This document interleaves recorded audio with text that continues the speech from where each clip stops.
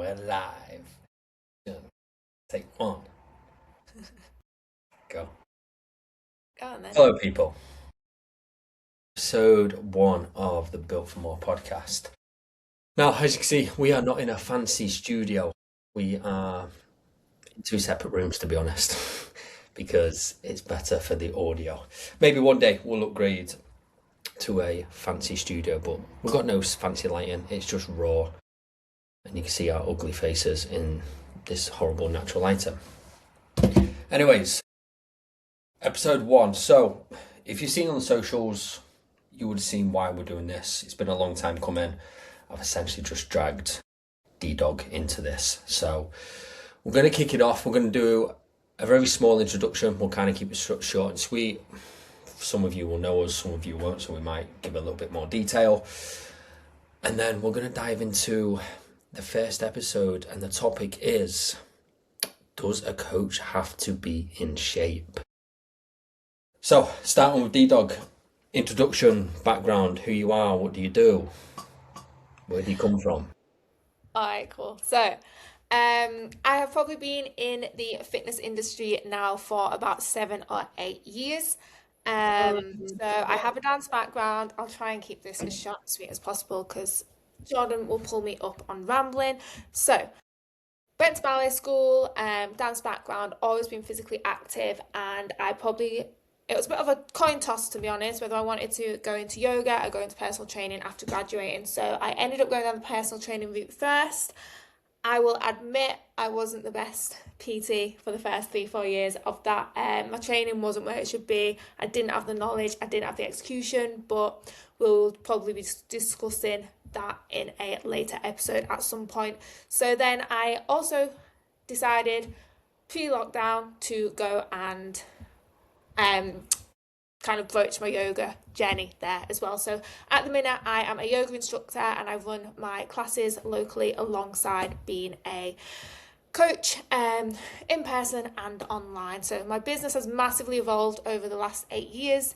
And then I suppose I have got into bodybuilding this last 12 months, which wasn't really part of the plan, but it's actually probably been my favourite adventure with it all so far. But yeah, I will cap that off there and pass you back to Jordan for a little bit of background on him. Where do I start? Similar to D-Dog, I've been in this industry for 8 years. Like most people that got into the fitness industry, you become a fitness instructor, PT. Now the big online coach name. Right? Football to a decent level for a very long time. That's all pretty much knew for more majority of my life till stepping into bodybuilding, which has been the last 6 years ish, something like that. Predominantly an online coach with a few one-to-one hybrid clients. Obviously, working with coaches like yourself, people step on stage, people doing photo shoot and so forth and so forth. So, yeah, I mean, like most coaches, coach clients. Simple as that, really. So, I mean, we will go into more detail, I think, in a later episode about what we both do individually and what our businesses are a little bit more about. That was just more of a background how we've got here. But yeah, there's a lot more depth to what we do on a day-to-day basis, but we will save that for another time.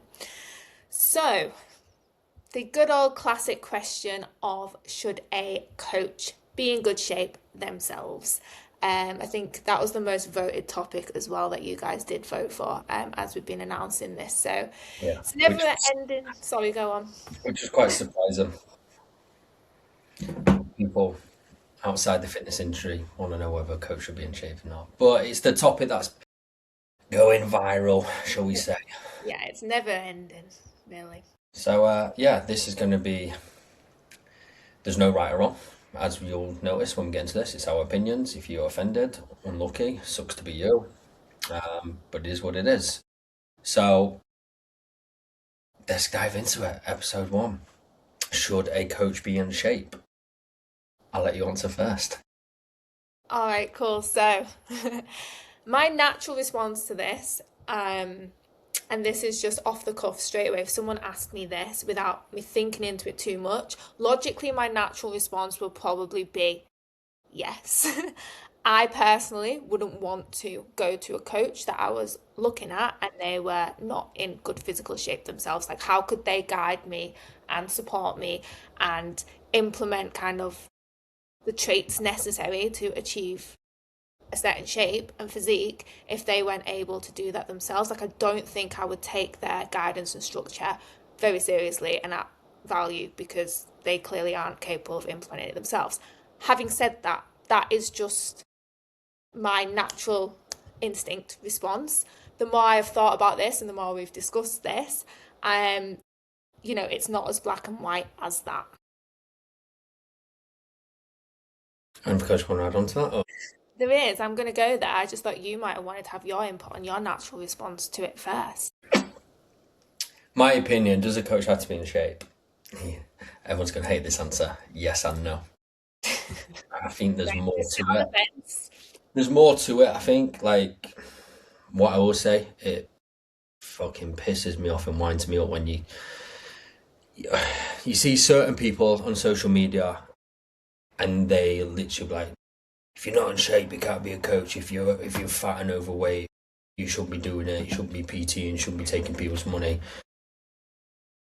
And I'm not being funny. I know people in tip-top shape, six-pack, abs, veins popping, biceps bigger than a fucking head. Great, they're in incredible shape, but they're not a very good coach. I'm sorry. There's a lot of coaches like that. There is. Vice versa. Yeah and no. What do you class as in shape in the first place? Yeah, because that looks different for everybody anyway. Exactly. What does in shape even mean? And as we know, like in shape, stereotypically, like what you'd expect to see on glossy covers of like Men's Health magazine and all that shit, that level of in shape and what an average person might even look as bodybuilders as in shape, we know ourselves that it's not necessarily healthy. They're not, to a certain extent it might be, to a certain extent it isn't, depending where they are in that journey. And I think, like, again, to an average everyday person that doesn't maybe know or have the knowledge to that extent, what is considered in shape on paper to look at aesthetically is going to look completely different to somebody's idea of in shape if they're wanting to work towards optimal health and fitness, including, your cardio, fitness, everything. So I think, yeah, there's no dictionary definition of in shape that applies to everybody. You could ask 100 different people what in shape means to them and you're going to get 100 different answers. So I think where I was coming from with my kind of initial answer is, I think when you're either looking for a coach or kind of assessing a coach in your head, whether they would be beneficial to work with for yourself, you've got to look at where you are and where they are. I think Jordan's massive motto is leading from the front, right? He's ingrained that into me, and it's what he uses a lot with his clients and with other coaches, because you do have to lead from the front for the audience that you are catering for and working with. And I think that is a massive thing when it comes to coaching, looking at where you are and looking at where that coach is. They need to be 10 steps ahead of you, basically. They need to be doing the things you strive to do. They need to be capable of that. They need to be demonstrating that. And they need to be living by that. Otherwise, how can they coach and guide you the same way? But depending where you are on your journey in fitness and in the gym, that's going to look very different for different people. I can expand on that, or I don't know if Jordan wants to put anything in. I don't know. Carry on. Be my guest. This is me, probably. Jesus. Talking too much again. But it's what I have to do, but sure. I'm going to strip it right back. But for example, if someone is completely new to the gym environment, completely new to the gym, they've never set foot in there before, a coach or a PT who to a lot of the population might be considered out of shape because they're a little bit overweight, but they do train a few times a week. They're very aware of their daily activity levels. They're trying to implement that. They're very aware of how to structure their days and how to kind of eat in accordance to their calories, their nutritional needs, everything like that. They are already 10 steps ahead of somebody who has no idea about nutrition, who struggles to get moving on a day-to-day basis, who struggles to get any sort of activity or steps in, and they've never set foot in a gym ever. So for that person, they can seek out a coach who already is leading by example and arguably might actually be more relatable to them. So they're going to probably be coached more effectively and be more engaging in that whole process because they're working with a coach who can empathize and can relate to where that client was, maybe wasn't them that long ago, and then they're going to get the most out of that client because they've got more in common and that client feels a lot more comfortable approaching somebody like that. There could be another coach in that gym who's six-pack, biceps, glutes, the whole shebang, tracks every gram of protein, knows their pre and post workout, very in depth on the whole nutrition side, potentially into bodybuilding, potentially not, but like that person who has been probably doing it for 10 plus years and literally lives this life day in, day out, probably will come across as very intimidating to this person that is new to the gym, and might not actually get the most out of this potential client because they are so far ahead that they've almost forgotten what it's like to be at that beginner starting point, and they haven't really got the time or the resources or the empathy to kind of pick them and meet them halfway and meet them where they're at. So I do think it is massively dependent on the individual and what they're seeking out of the whole process. Yeah. Let me ask you a question. Would you rather go to a barber who has no hair or has hair? Or hairdressers in your case? Yeah, but we discussed this. No, I'm asking you. Answer it. I don't think it's relevant. My point exactly. My point is, Like, I know this analogy some people go to someone because they like the hair. They go, cool, I know that you're probably going to do me a good haircut or make my hair a certain way that I'd like. Someone bald, some people won't care. They're gone, well, I know that you've practiced in that field to cut hair because they practice on dolls, not themselves. Well, this is the thing. I was about to say, like, most barbers or hairdressers don't do their own hair, do they? Somebody else does it for them. Like, they can't do it themselves. So I feel like it's almost like you also have to look at the products that they're producing. So again, going back to, for example, if you looked on your page as a coach, right, you do produce high level transformations. You do, you work with people that are already at a certain level. So whether you were in shape yourself, because we're not in shape, again, vague term, all year round, if you can demonstrate it yourself that you can achieve a certain level of results or certain physique, at least demonstrate it through the clients you have or have had. Because at least it shows and it demonstrates that you have a certain knowledge and you know what you need to know to get somebody from A to B. Like a lot of, we see, especially in bodybuilding, and no, I don't want to keep drawing it back to that, but there's a lot of amazing coaches out there that don't necessarily, that have athletes stepping on stage and doing incredible, that aren't necessarily in the best shape of their lives right now. The coaches, they've either done it at some point themselves or they've not even done it to that level, but they clearly know how to coach to that level. Like I say, it's relevant to the person. Practice what you preach. That comes in so many different ways. You don't need to be in shape again, quote unquote, to lead from the front. If you help people with a certain specific thing, i.e., I help people either step on stage, do photo shoots, get in fucking incredible shape. But also, I think people forget the mindset behind it as well that goes into that. As where we see the big fat female, sorry, we're not allowed to say that now, overweight female, yeah, on social media, that's going viral for all this crap. Yeah, we're not naming her name. She doesn't need any more for your marketing. I don't even know her fucking name. I generally don't fucking know her name. What is her name? I don't know. Because I don't that care. It's just because it comes up as a big fucking topic. Now I lost my train of fucking thought. What the fuck was I going to say? Yeah, she's specific of who she helps, right? Neurodiverse people and things like that. That's cool. I wouldn't touch that. That's not my. That's not where I want to go, and that's not my niche again, quote unquote, where I want to go. So it's relevant. So I don't, like I said, I know people less out of shape and have fantastic fucking knowledge. I also know people in incredible shape, maybe not as clued up. Yeah, well, they're clued up as far as their own goals and their own training and physique is concerned. But when it comes to actually getting the best out of other people, because let's not forget the job of a coach, it isn't just providing like the perfect training plan and nutrition and stuff. It's learning about that person and how to get the best out of them and how to support them outside of the gym. Exactly, and I can use myself as an example. I've had lifestyle clients that I'm quite shocked they come from me because of where they wanted to be or where they was and where they wanted to end up being. But they came to me because their words was literally that guy's in shape, and quote unquote shape, what they class as shape. I know he's going to get me there.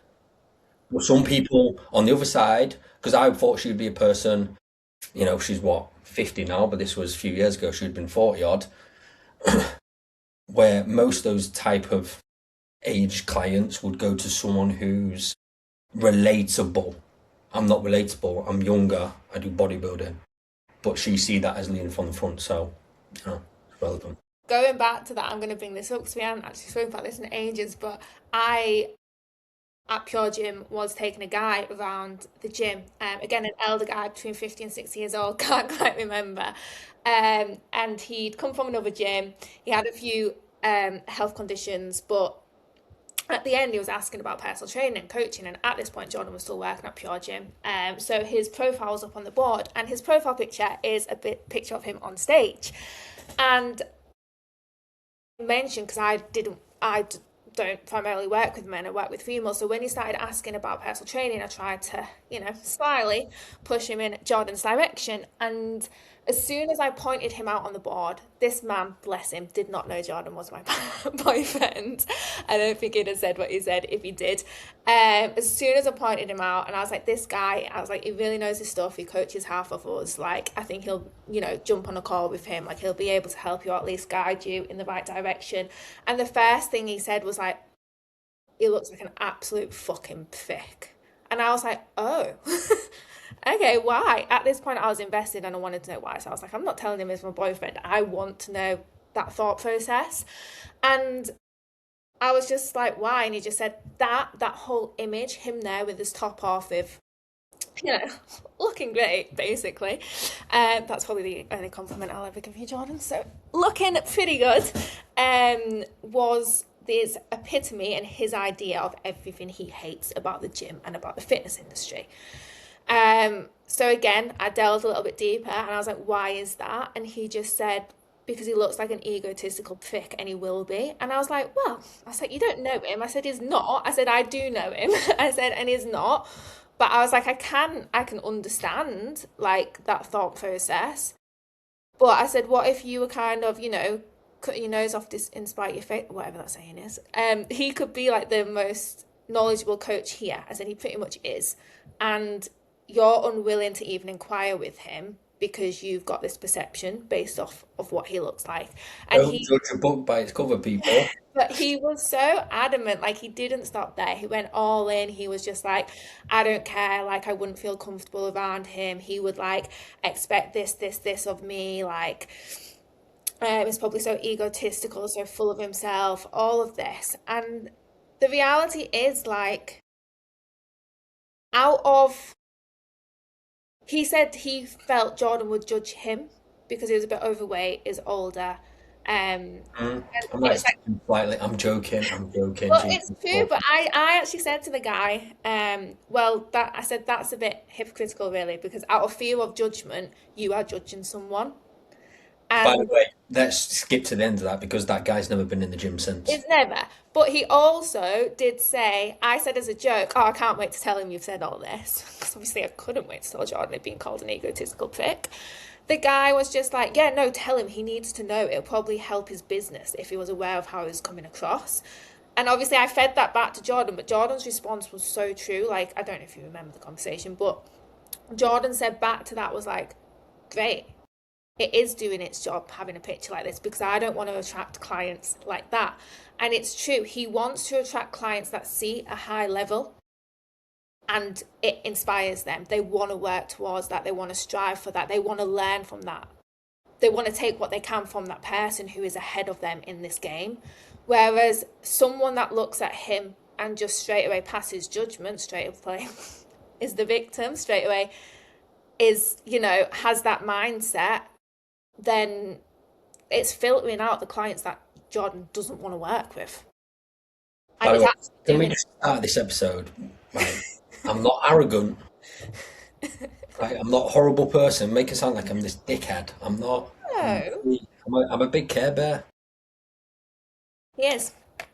And he genuinely is. And we was laughing actually just before we started this podcast, because Jordan says it all the time. But it is quite true. The majority of Jordan's clients that have met me, and probably my clients as well, they think I'm the sweetheart. And I am nice. I'm nice too. I am sweet and I am nice and I'm giggly and I'm lovely. And they all think Jordan's the dickhead. And maybe I'm guilty of like portraying that side of him, but it's probably I give Out the bag. this The cat's out the bag. People is now know that you are the arsehole in this relationship. But no, they won't believe it. They won't believe it.